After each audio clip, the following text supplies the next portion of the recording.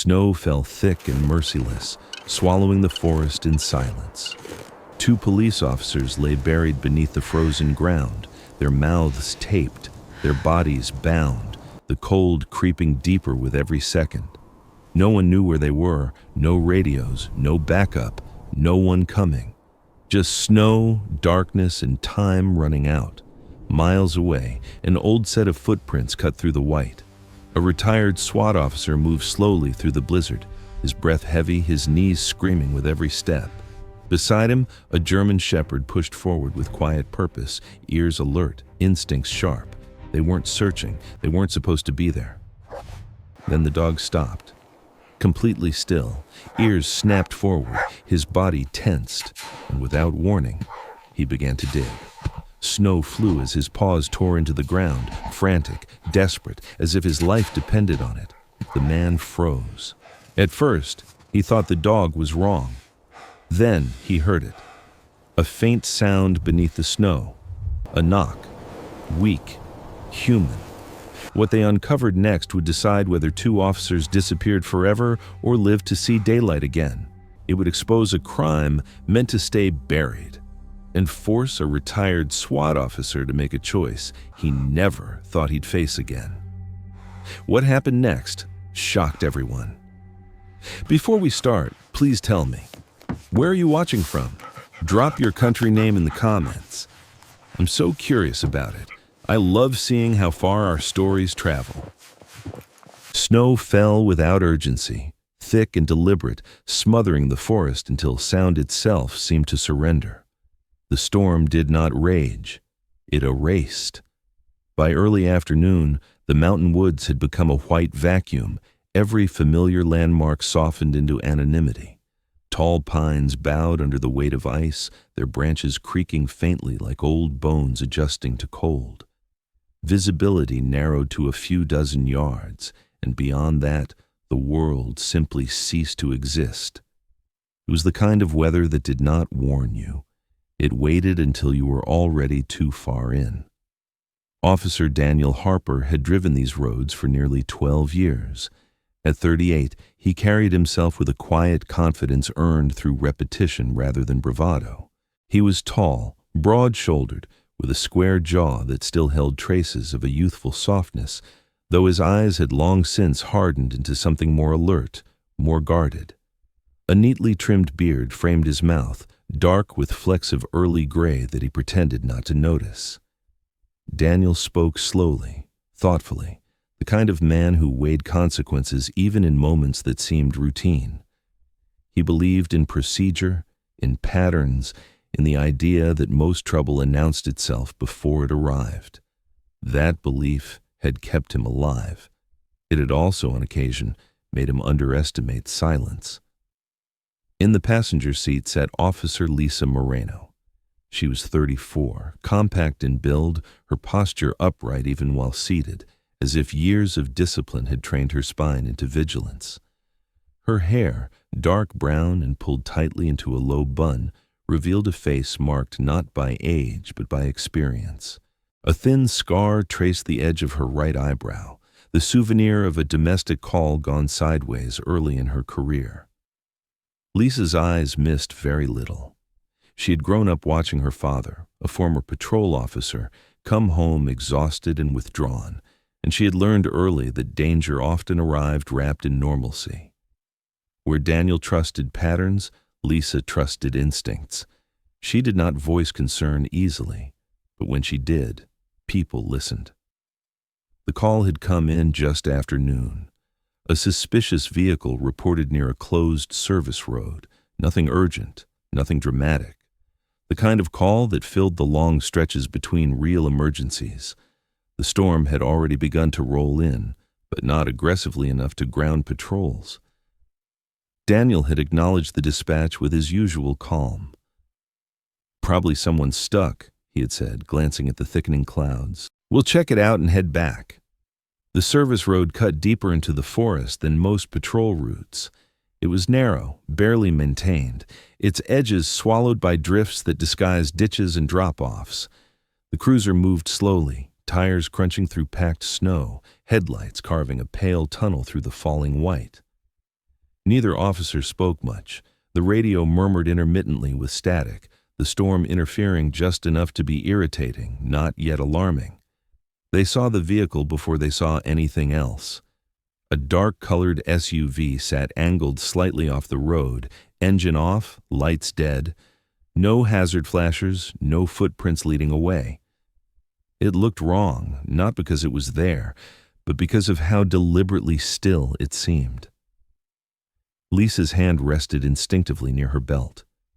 "Plates look partially obscured," she said quietly, leaning forward. Daniel nodded. "I see it." They parked at a cautious distance and stepped out into the cold. The wind was sharper here, cutting through layers and finding exposed skin with surgical precision. Snow clung to Daniel's beard almost immediately. Lisa scanned the tree line, her breath steady, controlled. The forest absorbed them without reaction. "Sheriff's office," Daniel called, his voice firm but measured. No response. They approached the SUV together, boots sinking into snow that was already trying to erase their tracks. Daniel reached for the driver's door. It was unlocked. Inside, the cabin was empty, clean to the point of sterility.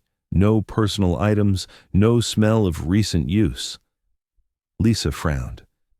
"Daniel," she said softly, "this doesn't feel like someone got stuck."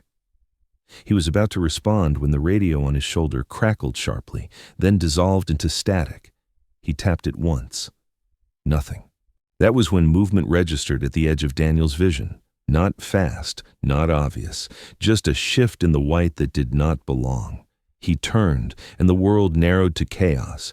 Hands grabbed him from behind, wrenching his arms back with brutal efficiency. Daniel barely had time to shout before something hard struck the side of his head, sending sparks through his vision. Lisa reacted instantly, spinning toward the threat, but she never saw the second figure emerge from between the trees. A blow caught her across the temple. She went down hard, the impact knocking the breath from her lungs. The cold rushed in immediately, unforgiving. Rough hands forced Daniel face first into the snow, his mouth filled with ice as he tried to breathe. A strip of tape was pressed over his lips, tight and merciless. Panic flared, hot and disorienting, as his lungs fought against obstruction. He tasted blood, metallic and sharp.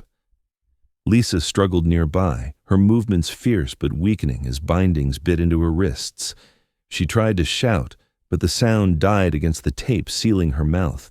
Her eyes locked briefly with Daniel's. In that instant, something unspoken passed between them. Fear, yes, but also recognition. This was not a robbery. This was not intimidation. This was intent. They were dragged deeper into the trees, boots scraping against frozen ground, branches snapping under careless weight. Daniel tried to mark the path in his mind, counting steps, turns, anything that might orient him later, but the blows came too quickly, the snow too blinding. Lisa's head swam. She forced herself to stay conscious, clinging to awareness as if it were a lifeline. The ground changed beneath them, softer, unstable, a hollow place disguised by fresh snowfall. They were forced down. Snow collapsed around them as they were shoved into the pit, bodies slamming against frozen earth. The cold was immediate and total, stealing heat with ruthless speed. More snow followed, shovelfuls thrown without ceremony, packing down, sealing light away. The last thing Daniel saw before darkness swallowed, everything was a sliver of gray sky, already closing. The weight settled, sound vanished. Buried beneath layers of snow and silence, Daniel and Lisa lay bound, immobilized, breath shallow and precious. The tape over Daniel's mouth stiffened almost instantly, freezing against his skin. Each inhale burned. Each exhale felt thinner than the last. Lisa tried to move her fingers, to create some space, but the snow pressed in from every side, unyielding. Above them, the forest returned to stillness. Snow continued to fall, patient and thorough, erasing footprints, smoothing disturbances until nothing suggested violence had occurred. No sirens cut the air, no voices called out. The radio, somewhere above, blinked uselessly before going dark. If anyone had passed through the area an hour later, they would have seen only trees, snow, and silence. They would have felt the cold and moved on. And beneath their feet, 2 officers waited in the dark, each breath a quiet negotiation with time, each second slipping further away, unseen and unheard, as winter closed over every trace of what had happened. The cabin sat alone at the edge of the tree line, half buried in snow, its silhouette barely visible as daylight faded into a dull gray haze. Inside, the air smelled faintly of wood smoke, metal, and old oil, the scent of a place that had learned to survive by habit rather than comfort. Mike Carter stood near the small propane heater, rubbing his hands together slowly, deliberately, as if speed might aggravate the pain lodged deep in his joints. At 64, his body no longer obeyed without complaint. His left knee throbbed with a familiar ache, the legacy of a blown door charge that had gone wrong nearly 2 decades earlier. His left shoulder, permanently stiff, refused to lift above chest height without a sharp reminder of a collapsed frame during a hostage rescue that had ended with 2 lives saved and 1 vertebra fractured. Mike carried those injuries the way some men carried medals, quietly, without display. He was a tall man, once imposing, now leaner but still solid through the chest and arms, his posture subtly altered by years of compensating for pain. His hair, once dark brown, had faded into steel gray, cut short out of habit rather than vanity. A rough beard shadowed his jaw, heavier along the chin where he no longer bothered to shave daily. His face bore deep-set lines, not from age alone but from vigilance, from a career spent watching hands, doorways, shadows. Mike had been a SWAT operator for over 25 years, the kind who spoke little, moved with intention, and never raised his voice unless it mattered. Retirement had not softened him. It had simply removed the noise. He had chosen this place because it was quiet, because the forest did not ask questions. After the shooting that ended his career, a clean one by the book, but involving a 16-year-old with a stolen gun and nowhere left to run, Mike had found himself unable to sleep in rooms with neighbors. The city had felt too close, too loud. Every sound demanded assessment. So he left. He bought the cabin cheap, repaired it himself, and learned how to live with less people, less talking, less pretending that the war inside him was finished. Across the room, Buddy lay on the wooden floor near the door, his body stretched out but not relaxed. The German Shepherd was nearly 9 years old now, his muzzle darkening with gray, his once glossy black and tan coat dulled slightly by age but still thick and powerful. Buddy was large, even for his breed, broad through the chest with long legs built for endurance rather than speed. His ears, once perpetually alert, now rested back more often, but when they rose, they did so with purpose. His eyes were the color of dark amber, intelligent and unflinching, the eyes of a dog that had been trained not just to obey, but to decide. Buddy had served 6 years as a K-9, paired with Mike for the last 4. They had cleared buildings together, tracked suspects through rain and smoke, waited in silence for hours at a time. When Mike retired, Buddy had followed him home, not officially at first, then permanently. Mike poured a cup of coffee from a dented metal pot and took a careful sip, wincing as the heat traveled down his throat. Outside, the wind pressed against the cabin walls, not howling, just leaning in as if listening. The storm had arrived earlier than predicted. Snow now layered the windows thick enough to blur the world beyond into nothingness. Mike told himself he would stay in tonight. The generator was running. He had enough food, enough heat, enough isolation. Buddy lifted his head. It was not sudden, not dramatic. Just a subtle change. His ears rose, stiff and forward. His body tensed, muscles tightening beneath fur that had known this posture before. He stood slowly, deliberately, and moved toward the door, nose low, inhaling deeply. A low sound formed in his chest, not a growl exactly, but close enough that Mike felt it in his spine. "No," Mike said quietly, more to himself than to the dog.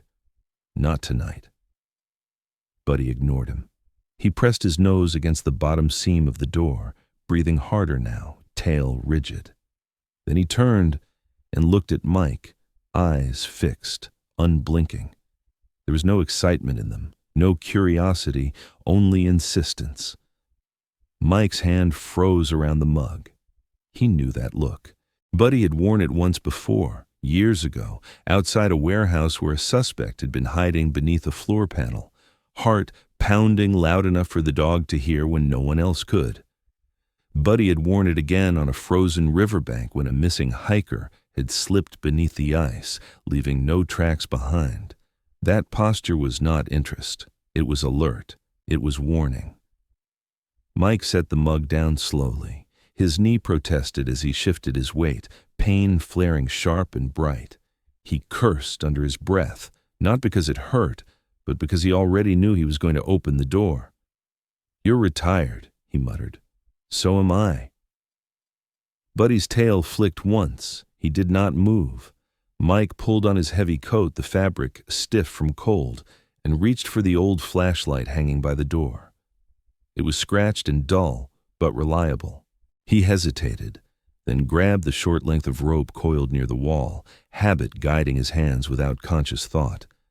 Outside, the cold hit him like a wall. Snow pressed into his boots immediately, soaking the edges, biting through insulation. The wind carried something with it, not a sound exactly, but a weight that settled in Mike's chest. Buddy stepped out first, nose already to the ground, moving with purpose despite the snow climbing halfway up his legs. Mike watched him for a moment, heart beating faster than it should have, a familiar rhythm returning after years of dormancy. He locked the door behind him, the click echoing too loudly in the quiet. They moved slowly into the trees, Buddy pulling slightly on the lead, his pace measured but determined. Mike followed, each step careful, his knee stiffening rapidly in the cold. He told himself this was nothing. An animal. A scent blown wrong by the storm. Yet every instinct he had tried to bury since retirement was awake now, cataloging details. The unnatural stillness, the way the snow seemed packed in places it shouldn't be.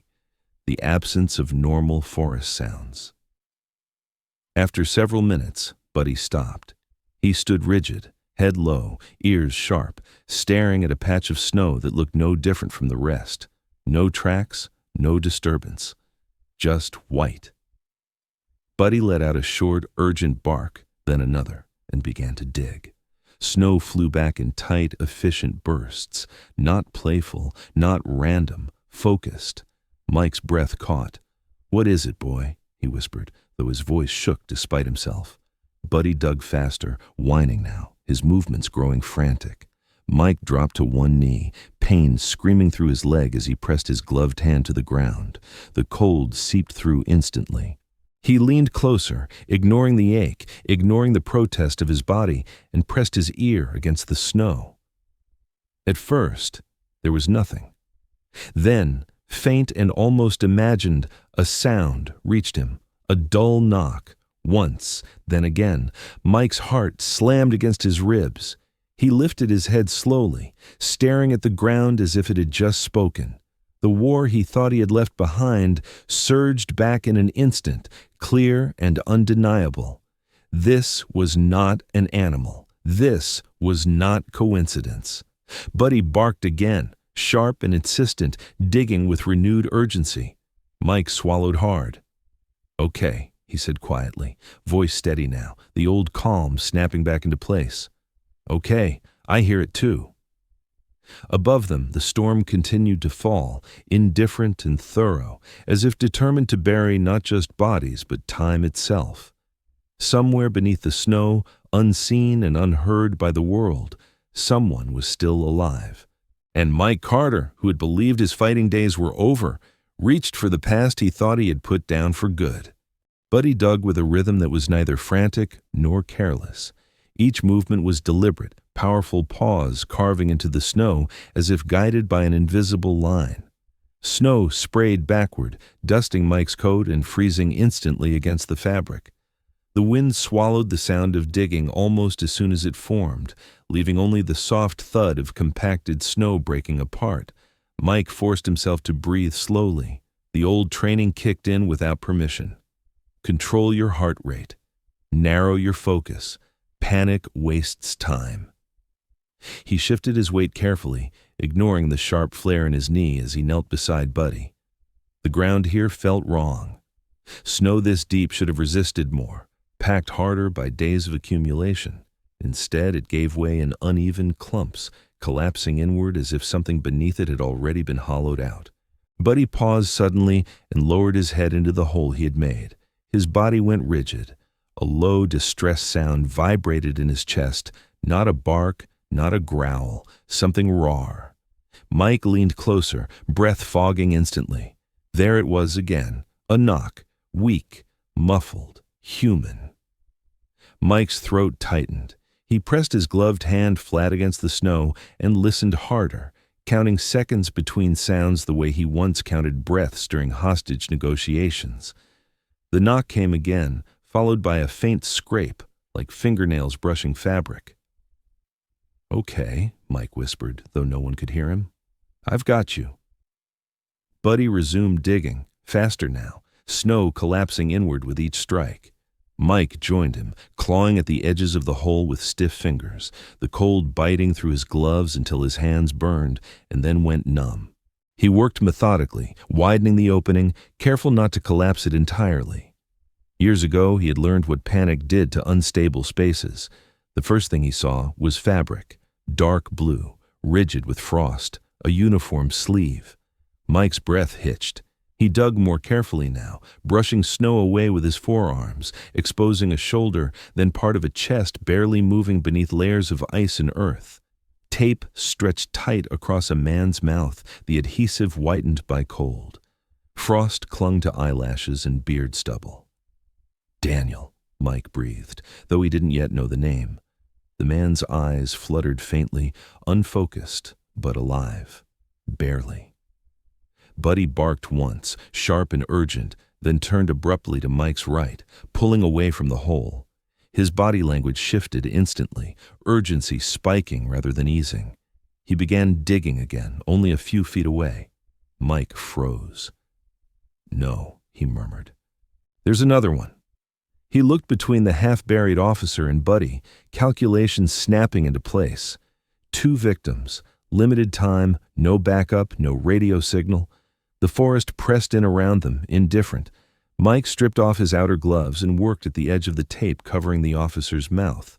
The adhesive resisted, stiff from cold, but eventually peeled back with a faint tearing sound. The man gasped weakly as icy air hit his lips, chest heaving in shallow spasms. "Easy," Mike said, keeping his voice calm, controlled. "Don't try to talk. Just breathe."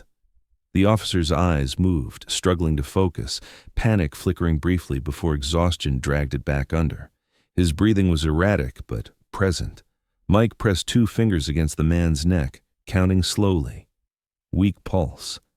But there, Buddy's digging intensified behind him.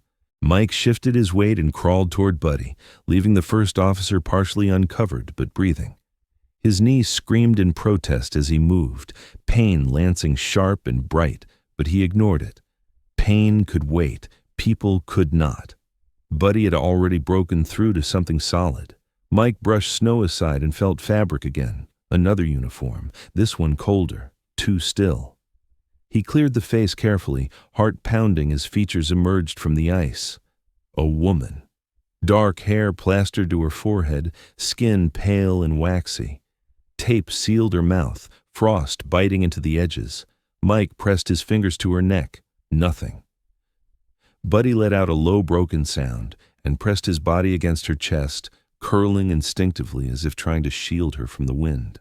Mike swallowed hard. "Come on," he whispered. "Stay with me." He ripped the tape free and tilted her head, clearing snow from her mouth and nose. No breath. He leaned closer, ear near her lips, searching for even the faintest sign of air. The forest remained silent. Mike's mind raced. Hypothermia. Cold can mimic death. Don't assume. Don't give up. He repositioned her head, careful and precise, then began compressions, his hands moving automatically despite the stiffness in his shoulder. He counted under his breath, rhythm steady, relentless. Buddy hovered close, whining softly, eyes locked on Mike's hands. The woman's body was rigid, unresponsive. Snow stung Mike's face as wind shifted, driving ice into exposed skin. His arms burned. His knee throbbed violently where it pressed into frozen ground. "Breathe," he said again, voice low but fierce. "You don't get to quit yet."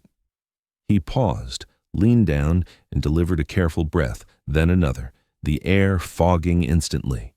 He resumed compressions, refusing to let doubt in. Behind him, the first officer groaned faintly. Mike glanced back, heart splitting its focus in two. One alive, one slipping. Time was a blade cutting both ways. A faint shudder passed through the woman's chest. Mike froze. Then it happened.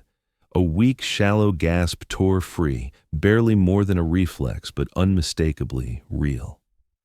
Buddy barked sharply, excitement breaking through distress, then pressed closer to her side, sharing warmth, anchoring her in place.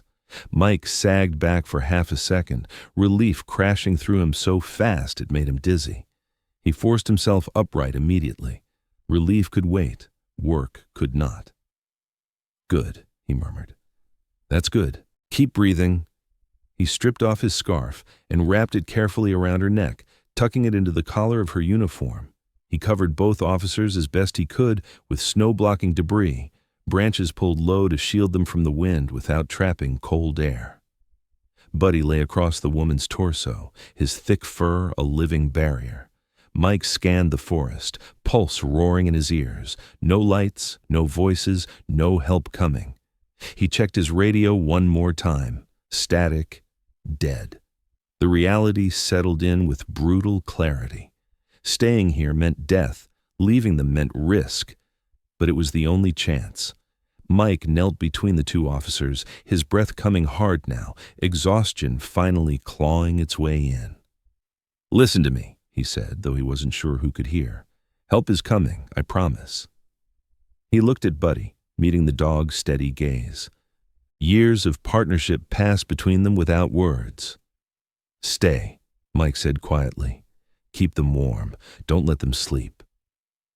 Buddy did not move. He simply lowered his head, ears alert, body pressed firmly against the woman's side, eyes never leaving Mike. The wind howled once, louder now, as if testing resolve. Mike pushed himself to his feet, pain screaming through his body, and turned toward the forest path that barely existed anymore. Behind him, beneath layers of snow and silence, two lives clung to the edge, and for the first time in years, Mike Carter ran toward the storm instead of away from it.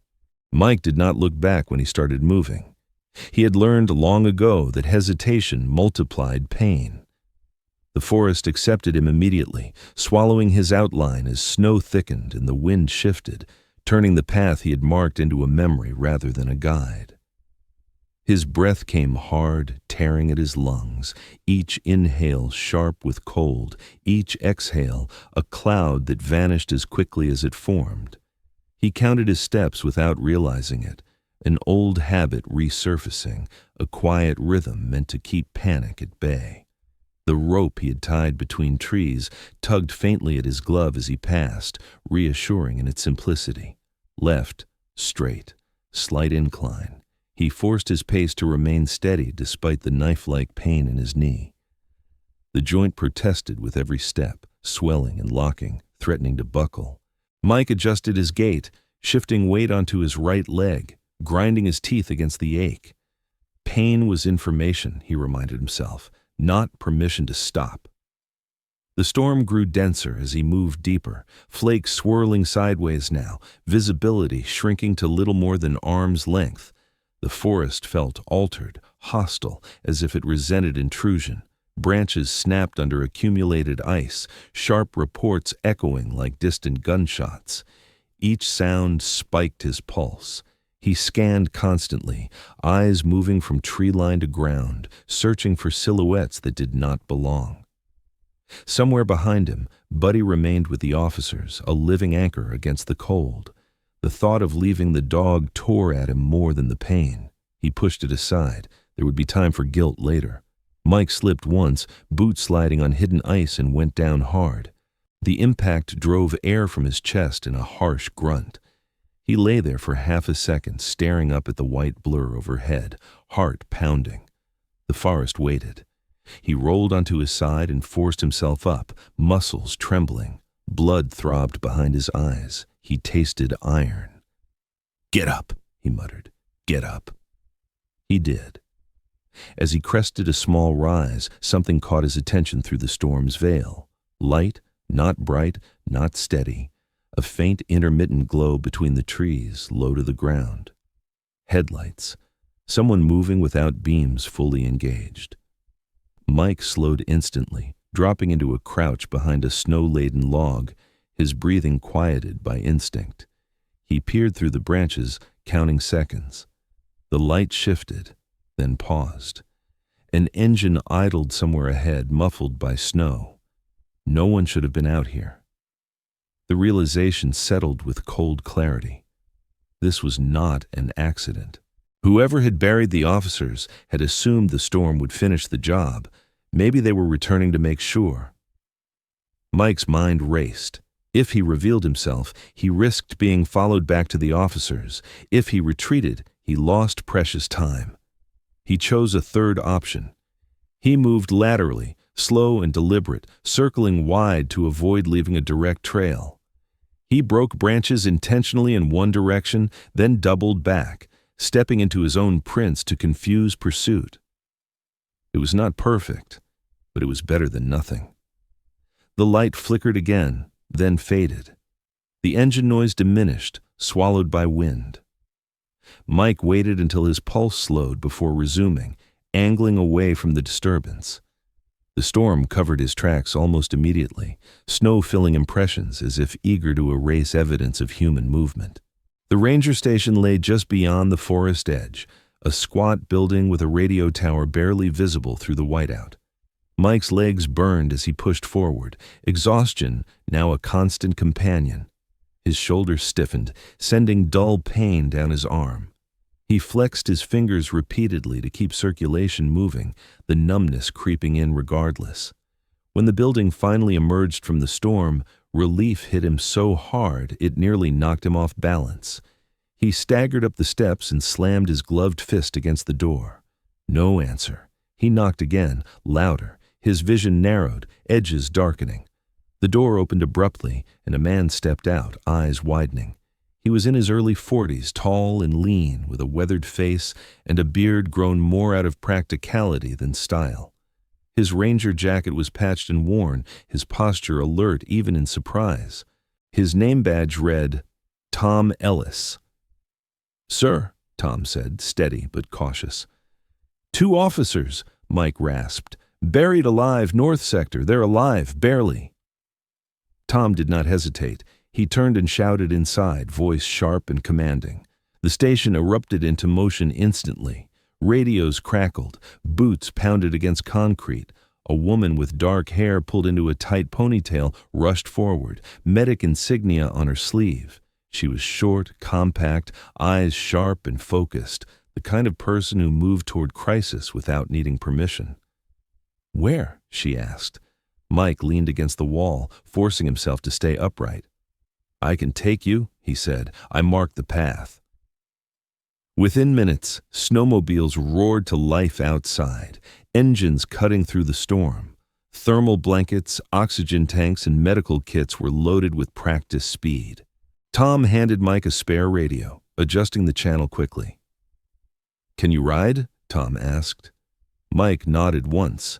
Lying was pointless. They would need him anyway. The return trip was brutal. Wind tore at exposed skin, snow stinging like needles. Mike guided them by memory and instinct, pointing out subtle markers only he would recognize. Twice, the convoy nearly overshot the clearing, the storm working tirelessly to disguise it. When they arrived, headlights cut through the darkness, illuminating Buddy first. The dog rose instantly, barking once, sharp and urgent, then stepped aside just enough to allow access. His fur was crusted with ice, breath heavy but steady. He did not leave the officers' sides. They moved fast. Daniel was stabilized first, oxygen mask pressed to his face as a medic checked vitals. "He's alive," she confirmed, voice tight. "Hypothermia, but alive." Attention shifted to Lisa. A medic dropped to her knees, fingers searching for a pulse. Her face tightened. "I don't have one." The words hit Mike like a physical blow. "Start CPR," Tom snapped. Hands moved. Compressions began in the snow, relentless and precise. Breath was forced into frozen lungs. Buddy circled, whining, then lay down against Lisa's side again, pressing warmth into her body as if refusing to let go. "Come on," the medic muttered. "Come on." Seconds stretched. Then, faintly, a blip appeared on the monitor. Another followed. "I've got a rhythm," someone said, disbelief edging their voice. Lisa gasped, a shallow, ragged breath that cut through the storm like a promise. Mike closed his eyes for half a second, exhaustion crashing over him. When he opened them again, the work continued. Stretchers were deployed, blankets wrapped tight, IV lines secured. Buddy followed until a handler gently held his harness. "You did good," the man said softly. "You did real good." As the convoy prepared to leave, Mike looked once more at the clearing, now alive with light and movement. The forest retreated, silent again, as if it had merely been waiting. Mike's legs finally gave out as the snowmobiles pulled away. He sank to one knee, breath shuddering, pain and relief intertwining until he could no longer separate them. The war he thought was over had not returned to claim him. It had returned to ask something of him, and he had answered. The hospital hallway smelled of antiseptic and damp wool, a mixture of warmth and cold carried in by men who had outrun the storm, but not its weight. Fluorescent lights hummed softly overhead, indifferent to what had happened in the forest hours earlier. Mike Carter sat on a narrow plastic chair near the wall, elbows resting on his knees, hands clasped loosely as if letting go might cause something inside him to fall apart. His jacket lay draped across the chair beside him, still crusted with snow. Meltwater pooled beneath his boots, spreading slowly across the linoleum. Mike stared at it without seeing. His body had begun to register what his mind had refused to feel in the moment. The knee throbbed dully now, swollen and stiff. His shoulder burned with a deep, aching heat. But it was the quiet that unsettled him most. After hours of wind, engines, shouted commands, and pounding blood, the stillness felt unnatural. Buddy lay at his feet, stretched along the wall, his head resting on his paws. The dog's chest rose and fell in heavy, exhausted breaths. Ice still clung to the fur along his legs, melting slowly, darkening the floor. His ears twitched at every passing footstep, but he did not lift his head. For the first time since the forest, Buddy allowed himself to rest. A door down the hall opened, and voices spilled out briefly before being swallowed again. Mike lifted his head. A man stepped into view, tall and broad, his movements careful, measured. Detective Samuel Reed, mid-40s, clean-shaven except for a shadow of stubble that suggested he hadn't planned on a long night. His dark coat hung open, badge clipped to his belt, eyes sharp and assessing. Reed had the look of someone who listened more than he spoke, who let people talk themselves into revealing what mattered. "Mr. Carter," Reed said, approaching. His tone was calm, respectful. "I'm Detective Reed. Mind if I ask you a few questions?" Mike nodded once. "Go ahead." Reed glanced down at Buddy briefly, something like recognition flickering across his face. "That's your dog?" "Partner," Mike corrected automatically. Then, after a pause, "Was." Reed nodded, accepting the distinction without comment. He crouched slightly, bringing himself closer to Mike's eye level. The officers are stable, both of them. Hypothermia, trauma, but they're alive. You gave them a chance they wouldn't have had otherwise. Mike exhaled slowly, tension easing just enough to make room for something heavier. Good. Reed let the silence sit for a moment. Now I need to understand what happened out there. Not the rescue. The part before. Mike's jaw tightened. He shifted slightly, the chair creaking beneath him. I didn't see who did it, he said, but it wasn't random. Reed's eyebrow lifted slightly. What makes you say that? The pit, Mike replied. It was prepared, snow-packed deliberately, and there was a vehicle moving in the area after I left them, lights off, engine low. Whoever did this thought the storm would finish the job. Reed straightened, expression sharpening. You're sure about the vehicle? Mike nodded. I've been doing this a long time. Reed scribbled a note, then looked up. Daniel Harper and Lisa Moreno were following up on a suspicious SUV linked to a series of thefts along the service roads. Equipment, fuel, things that don't get noticed right away. We think they stumbled onto something bigger. Mike leaned back slightly, eyes narrowing. Buried alive isn't how petty thieves operate. No, Reed agreed. It's how people operate when they don't want to leave witnesses. A nurse passed by, glancing at Mike and Buddy with a brief smile of recognition. Somewhere down the corridor, a monitor beeped steadily. Life, continuing. Reed continued. We recovered the vehicle you described, abandoned less than a mile from where the officers went missing. Plates altered, VIN partially scratched, sloppy work under pressure. Meaning? Mike asked. Meaning they didn't expect anyone to interfere, Reed said. Certainly not you. Mike snorted softly, humorless. Neither did I. Reed studied him for a moment, gaze lingering on the lines etched into Mike's face, the posture of a man who had once carried responsibility and never truly set it down. You were SWAT. Retired, Mike said. Doesn't look like it, Reed replied quietly. Mike looked down at Buddy, fingers brushing the thick fur between the dog's ears. You don't stop being what you were, he said. You just stop wearing the uniform. Reed nodded slowly. We're going to need you to walk us through the area tomorrow. Daylight, full team. There may be evidence the storm didn't erase. Mike hesitated. The forest rose unbidden in his mind. Snow. Silence, the sound beneath it all. I'll do it, he said finally. Reed stood. One more thing. The suspect vehicle was seen circling back toward the forest after the officers disappeared. If you hadn't gone in when you did. He let the sentence trail off. Mike closed his eyes briefly.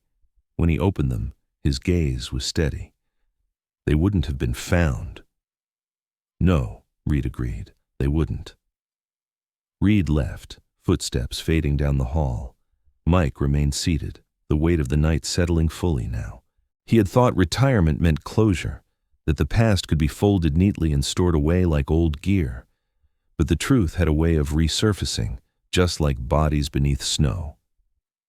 A door opened again. This time, a woman stepped out slowly, her movements careful, fatigued. Lisa Moreno. Pale, wrapped in blankets, IV line taped to her arm. Her dark hair was loose now, framing a face still drawn but unmistakably alive. Daniel stood beside her, taller even, with a sling supporting his arm, his beard matted, eyes tired but alert. They saw Mike at the same time. Lisa stopped, breath-catching. Daniel's shoulders sagged with visible relief. That's him, Daniel said hoarsely. That's the man. Mike stood, pain flaring but ignored. You're alive, he said, as if confirming it aloud might make it permanent. Lisa stepped forward, each movement deliberate. Her eyes flicked down to Buddy, then back up to Mike. You didn't leave us, she said quietly. Mike shook his head. I left to come back. Daniel swallowed hard. Most people wouldn't have. Mike looked at Buddy. Most people don't listen. Buddy lifted his head then, tail thumping weakly against the floor, amber eyes meeting theirs with calm certainty. Outside, beyond the hospital walls, the storm finally began to ease. Snow fell lighter now, the forest slowly releasing what it had tried to keep hidden. But the truth had already surfaced, and it was not going back under. Morning arrived without ceremony. The storm had spent itself sometime before dawn, leaving the forest exhausted and exposed. Snow still blanketed the ground, but the violent wind had faded into a cautious hush, as if the land itself were waiting to see what would happen next. Pale light filtered through the clouds, revealing scars the night had tried to hide. Mike Carter stood at the edge of the tree line with his hands in his coat pockets, breath fogging the cold air. Sleep had come in fragments, shallow and uneasy, interrupted by the echo of digging and the memory of breath returning to frozen lungs. His knee protested as he shifted his weight, stiff and swollen, but he welcomed the pain. It anchored him in the present. Buddy sat beside him, posture alert but calm, tail resting against the snow. The dog had been brushed and dried at the station, but traces of the forest still clung to him, a faint scent of pine and cold earth. His amber eyes tracked movement constantly, not anxious, simply ready. Retirement had dulled his speed, not his purpose. Behind them, Detective Samuel Reed coordinated the operation with clipped efficiency. He stood over a spread of maps laid across the hood of an SUV, gloved finger tracing routes and intersections. In daylight, the scene told a clearer story. Tire tracks half hidden by fresh snowfall, broken branches bent in unnatural directions, a clearing that felt wrong the moment you stepped into it. "We've got warrants moving," Reed said, voice low but firm. The thefts the officers were following weren't random. Fuel, generators, specialized equipment, stuff you'd need if you were running something off-grid and didn't want attention. Mike nodded. "That service road leads nowhere useful, unless you want privacy." Reed glanced at him. "You've been out there before." "Long time ago," Mike replied. "People choose places like that when they think the world won't look twice." A uniformed deputy approached, breath quick in the cold. "Sir, we've got a hit on the VIN fragments, rental vehicle, cash payment, false ID." Reed straightened. "Where?" "Cabin site 10 miles east, unregistered structure. Heat signatures showed activity overnight." Mike's jaw tightened. 10 miles in winter forest wasn't far. It was close enough to be intentional. They moved fast. Vehicles advanced only as far as terrain allowed, then split into teams on foot. Mike stayed at the perimeter, at Reed's insistence. He didn't argue. His job now was to remember, to point out what the storm hadn't erased. Buddy, however, leaned forward against his harness, ears pricked, sensing the tension ripple through the group. The cabin came into view slowly, a rough structure tucked into a fold of land, smoke faint against the sky. Two men emerged moments later, startled by the sudden presence of law enforcement. One bolted, the other froze. "Stop!" a deputy shouted. The runner didn't. Buddy surged forward before anyone could react fully, muscles coiling despite his age. Mike's hand tightened on the lead, heart jumping. Buddy pulled hard, barking once, deep and commanding. The sound cut through the clearing like a blade. The fleeing man stumbled, boots sliding on ice. He went down hard, momentum carrying him forward into the snow. Deputies were on him in seconds, cuffs snapping shut. The second suspect dropped to his knees without resistance, hands shaking. He was lean, hollow-eyed, beard unkempt, the look of someone who had slept poorly for a long time. Desperation clung to him like frost. Inside the cabin, the story finished assembling itself. Stolen equipment stacked neatly along one wall, fuel cans, maps of service roads marked with careful precision, and in the center, a shallow pit reinforced with boards, its purpose unmistakable. "They planned it," one of the deputies muttered. "They planned to come back." Reed stood silently for a long moment, jaw tight. They assumed the storm would erase everything. Mike looked at the pit, at the frozen edges where snow had been packed down by human hands. A familiar anger stirred, controlled but potent. "Storms don't erase intent," he said quietly. "They just hide it." Interrogations began before the scene was fully cleared. One suspect talked almost immediately, words tumbling out in a rush of fear and regret. They had been running an illegal operation for months, siphoning resources, selling them off quietly. When Daniel and Lisa had stopped them, panic had taken over. Killing them outright had felt too final, too loud. Burying them had seemed cleaner, safer. "They were supposed to disappear," the man said, voice cracking. "No one goes looking in a storm." Reed's expression never changed. Someone did. By afternoon, arrests were official. Charges stacked quickly: attempted murder, kidnapping, conspiracy. The forest, once silent, now buzzed with controlled activity. Cameras flashing briefly before being waved back. Mike stayed clear of the attention. He leaned against a tree at the edge of it all, Buddy at his side, watching from a distance. Daniel and Lisa arrived shortly after, escorted but on their feet, pale, exhausted, but standing. Daniel's arm was in a sling, his movements careful. Lisa leaned slightly on a cane, jaw set in stubborn defiance of her own weakness. They stopped when they saw Mike. Daniel broke into a slow smile. "Looks like you were right," he said. Lisa followed his gaze to the pit, her expression hardening. "They meant to come back," she said quietly. Mike nodded. "They usually do." She studied him for a moment, eyes sharp despite the fatigue. "You ever think about coming back?" she asked. "Consulting, training, something." Mike looked down at Buddy, who stood calmly, tail swaying once in the cold air. He thought of the cabin, the quiet, the long nights where nothing asked anything of him. "I think," he said slowly, "there are different ways to stay useful." Lisa smiled faintly. Fair enough. As the suspects were led away, Buddy watched them go, ears forward, posture steady. There was no triumph in him, no aggression, just completion. The forest seemed to exhale as vehicles departed, leaving behind tracks that would soon vanish beneath fresh snowfall. What had been buried was now exposed. What had been silenced had spoken. Mike turned away from the scene, the ache in his body deep but bearable. For the first time in a long while, the past did not feel like a weight pulling him under. It felt like something finally laid to rest. The forest looked different a week later. Not warmer, not kinder, but honest. Snow still covered the ground in heavy drifts, yet the silence no longer felt predatory. Sunlight filtered through bare branches in pale ribbons, illuminating scars left behind. Tire tracks half frozen into the earth, yellow tape fluttering weakly in the breeze, the shallow depression where two lives had nearly ended. Winter had loosened its grip, just enough to reveal what it had tried to keep. Mike Carter stood at the edge of the clearing, hands tucked into his coat pockets, breath steady in the cold air.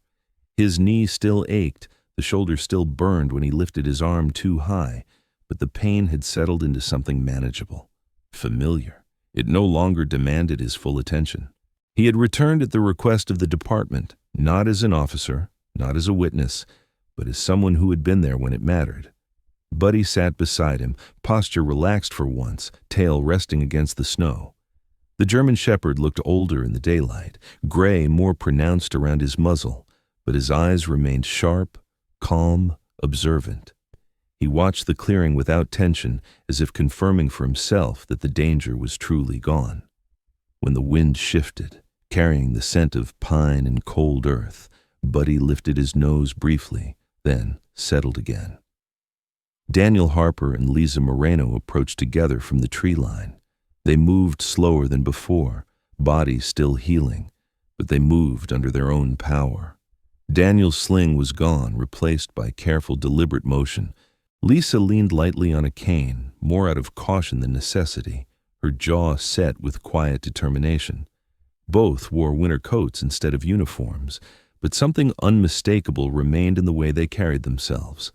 Daniel was the first to speak, Hard to believe, he said softly, eyes scanning the clearing, that it all fit under so much snow.